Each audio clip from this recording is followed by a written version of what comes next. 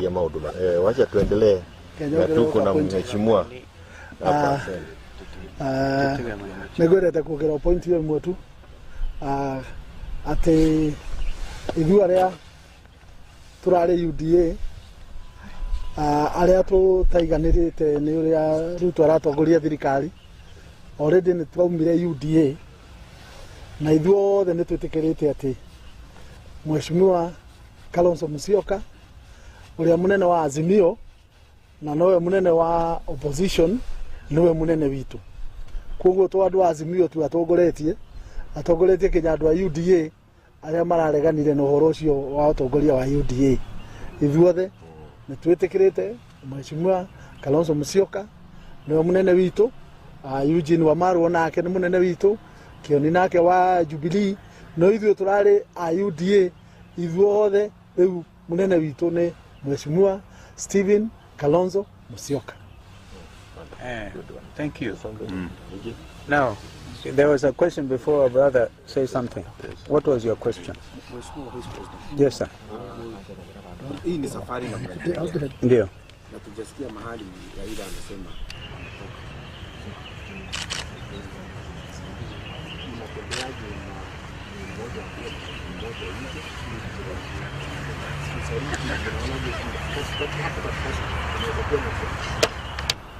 mambo yatakuwa wazi kama vile Kioni amesema. Kilicho wazi ni kwamba sisi tumeamua kusonga mbele na Azimio na vyama tanzu, vyama members wa Azimio, wale ambao wako willing, wale ambao wameamua kuingia kwa serikali pia wako na uhuru. In fact, I remember brothers party DAP wametoa resolution kama hiyo kwamba wanaotaka kuingia kwa serikali wako na uhuru kuingia kwa serikali, lakini sisi tumeamua tutakuwa wapinzani. Naam. Because it's very important for a functioning democracy to have a strong, responsible opposition, and that is what this team is offering. Yes, sir.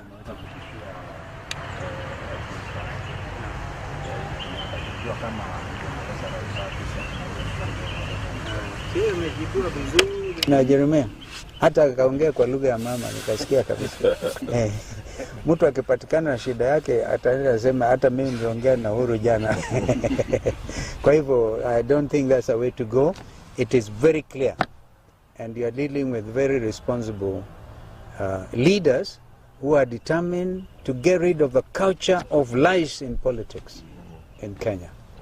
Now, we have a history, by the way, and some of us strongly mentored by Mzee Melala, Mwai wa Kibaki. So lazima turudishe mahali Kenyan politics ilikuwa. Wewe unjiulize kwa mfano, I was vice president to Kibaki. Others, Ruto was vice president to Uhuru. All right?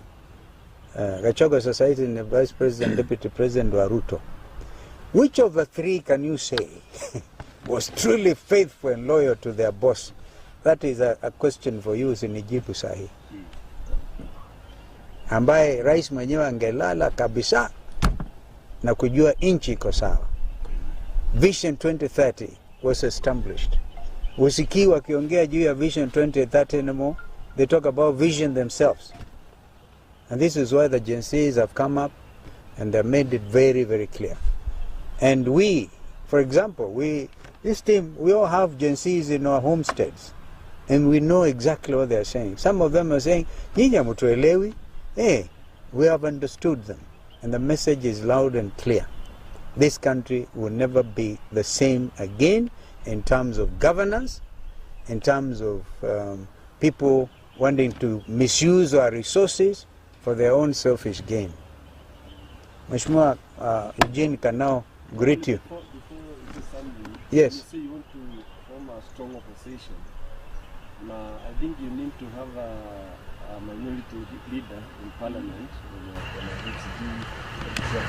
We will be looking to do this is serious work and progress. Yeah, and We don't want to use archaic phrases like we shall not leave any stone unturned. Oh, whatever. We are serious people. We are very serious people. We are determined. And for example, please disabuse anybody who's thinking that we are softening. Softening what? First of all, we have been very clear-minded. All right? Wengine wanasema we are at a crossroads. What crossroads? We have been here before, and we know where we are going. All right? So we want to tell Kenyans, we are with you. In your villages, kwa shida hizi twazielewa. Gharama hiyo ngumu ya maisha, our education sector is a mess. Complete mess. Where you have a president issuing roadside declarations. Haijulikani, watoto wajua ataenda kusoma vipi kwa vyuo namna gani. Quality of education is gone down. We have a lot of work to do. And we'll do it from opposition, and we will make it clear to Kenyans what we are trying to do. Every step of the way. Eugene. Jamaa said Baba Yao, but just to confirm our position as the Democratic Action Party of Kenya, and we are very clear about where we stand.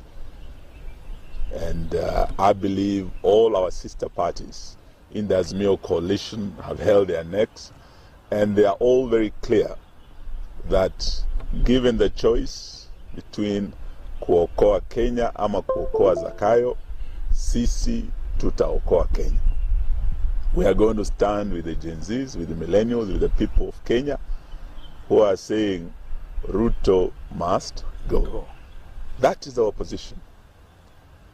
And those of us in Azimio who have chosen to join this government, because now, even if they were trying to hide it, they have come out.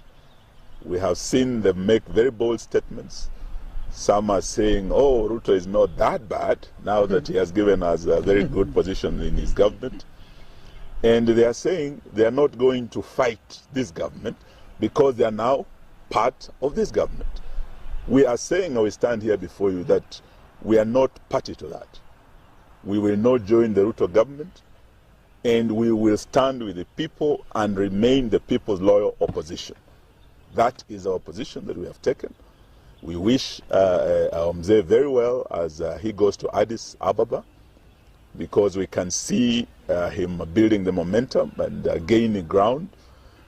He's been to several countries, and the support is growing. So we see him succeeding, and we wish him to succeed. But as he goes forward, we must, and we are going to tell Kenyans within this week, as we hold our Azimio Council meeting, that part of us who are going into government will be released to join government. And we will remain under the leadership of Stephen Kalonzo Musyoka as Azimio to fight for the people of Kenya. Why we must do that is because in any democracy, there must be the issue of accountability. Without a strong opposition, you will create a dictatorship. And that is what William Ruto is. He's not a Democrat. That's why he's cannibalizing the opposition. And that is why he's creating a tyranny of numbers. Once he has those numbers, you can see him again back on the rooftops, making more and more promises, more and more lies are being told. But also, he is now threatening to bring back the finance bill. He has made it clear that new taxes are coming back. So fellow Kenyans, we must not let our guard down. We are not going to let our guard down. And we're asking the Gen Zs not to give up. We know that they are very, very disillusioned by what has happened. But it is no longer a Gen Z matter.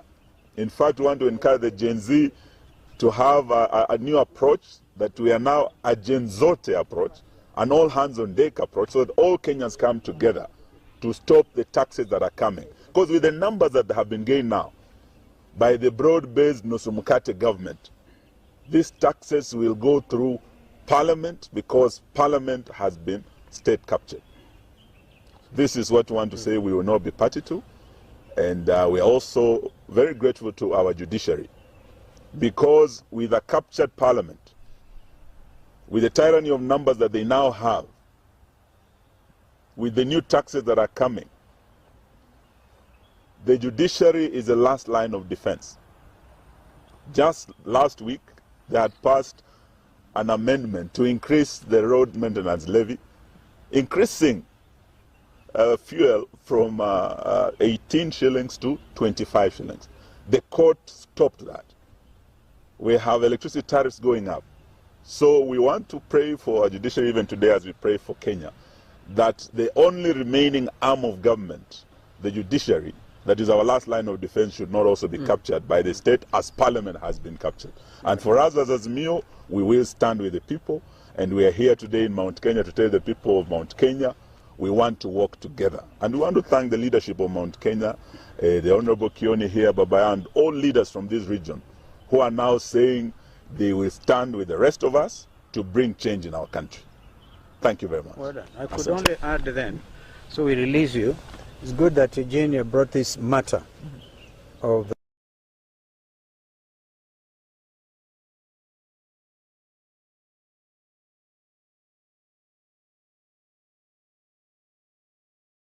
levy. We know that these people are desperate. They cannot wait to raid the people's pockets again. We know they want to introduce road toll. Well, I want to tell Ruto and his people, if you want to bring road tolls again, please go build your own house, your own roads, not the ones that Kibaki and Uhuru built, and then you can introduce the tolling.